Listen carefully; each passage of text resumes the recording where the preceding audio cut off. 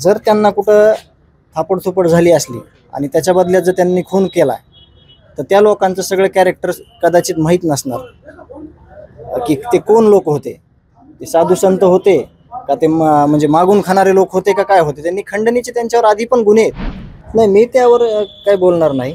मी न्याय मागतोय. माझ्या भावाची ज्यांनी हत्या केली त्यांना फाशीची शिक्षा व्हावी यासाठी आम्ही न्याय मागतोय. ते न्यायाच्या भूमिकेमध्ये असणारे मुख्यमंत्री साहेब, उपमुख्यमंत्री साहेब, आमचा यांच्यावर विश्वास आहे आणि न्यायप्रविष्ट आहे हा विषय. आम्ही जो आम्ही न्याय मागतोय त्या न्यायावर त्यांनी विश्वास दिलेला आहे. या पलीकडे मी याच्यावर काय बोलणार. एका संवेदनशील प्रकाराच्या आडून राजकारण केलं जात आहे आणि या राजकारणातून धनंजय मुंडे यांना टार्गेट केलं जात आहे असं देखील महंत नामदेव शास्त्री यांनी म्हटलंय. घटना ही संवेदनशील आहे परंतु या घटनेच्या आडून जे राजकारण होते त्यावर भाष्य केलं त्यांनी. त्याबद्दल मग जिल्ह्यातले सगळे लोकप्रतिनिधी ह्याच्यात उतरले नसते ना. ह्याच्यात जर राजकारण होत असतं तर ते सगळे लोकप्रतिनिधी विविध जातीचे आहेत, विविध पक्षाचे आहेत, विविध संघटनेचे आहेत. ते न्याय मागतात देशमुख कुटुंबियाला आणि देशमुख कुटुंबीय पण म्हणजे वारंवार म्हणत आहे याच्यात कुठंही आत्तापर्यंत राजकारण होत नाही. जे आरोपीचं समर्थन करण त्याला कोणीतरी बोलणारच आहे.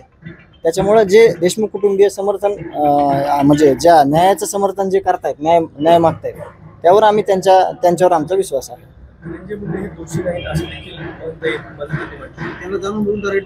नाही, मग आमची मागणी काय माहिती आहे का, आरोपींना फाशी द्या, आरोपींना शिक्षा द्या. आम्ही जे आरोपी नाहीत त्यांना असं कुठं ऐकलंय का तुम्ही, बघितलं का असं कुठं? असं आम्ही म्हणतच नाहीत. आम्ही जे आरोपी आहेत ना त्यांना शिक्षा द्या म्हणतो. म्हणून म्हणजे जास्त दुसरं काही सुचायची गरजच नाही. काही लोक तिथे खंडणी मागायला आले होते, त्यांना देखील मारहाण झाली होती. हा, त्या संदर्भात मी बोललो मगाशी, आता पण बोलतो तुम्हाला.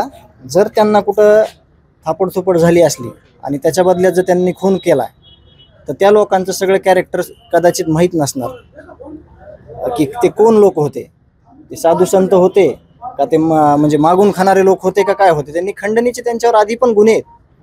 त्यांच्यावर 6, 8, 10, 22 पर्यंत एकावर गंभीर गुन्हे आहेत. काही आरोपी त्याच्यातले फरार आहेत कागदपत्रावर, त्याच्यावर कुठलंही कारवाई झालेली नाही. आणि म्हणून त्यावर जर कारवाई झाली असती तर परत ते तिथं तरी आले नसते. किंवा समजा एखाद्याच्या गावात गेलेत आणि सरपंचानं तिथं का म्हणजे एखाद्या दलित बांधवाला मारल्यावर जर तिथं जाणं चुकीचं असलं तर मग त्या दलित बांधवाला पण मारून टाकलं असतं. अंजली दमने यांनी देखील या गोष्टी घेतलेली आहे. त्यांनी म्हटलं की महंतांना त्याची गोष्ट माहीत नाहीये आणि महंतांनी हे बोललं नाही, तसं असू शकतंय. कुठलेच कागदपत्र त्यांनी बघितले, ज्यांनी जे बघल. आता आम्ही पण ते कागदपत्रच दाखवतोय, आम्ही तोंडी काहीच बोलत नाही. जे कागदपत्र आहेत, जे गुन्हे आहेत ते आम्ही दाखवतोय आणि त्यावरच ही कारवाई आहे. आणि न्यायालय आहे, पोलीस प्रशासन आहे, SIT आहे, CID आहे. हे देशमुख कुटुंबियाच्या बोलण्यावरून जर एवढं केलं असतं तर मग आम्हाला एवढं पळापळ करायची काय गरज पडली असती. कागदपत्र आहेत आमच्याकडं ठोस, ते शासनाकडे आहेत, प्रशासनाकडे आहेत, ते यंत्रणेकडे आहेत. त्यावर हे सगळं चाललेलं आहे. महाराष्ट्रातील सर्व बातम्यांचे विश्वासार्ह व्यासपीठ, सकाळच्या सर्व सोशल मीडिया प्लॅटफॉर्मला लाईक, फॉलो आणि सबस्क्राईब करा. तसंच सर्व नोटिफिकेशनसाठी बेल आयकॉन प्रेस करायला विसरू नका.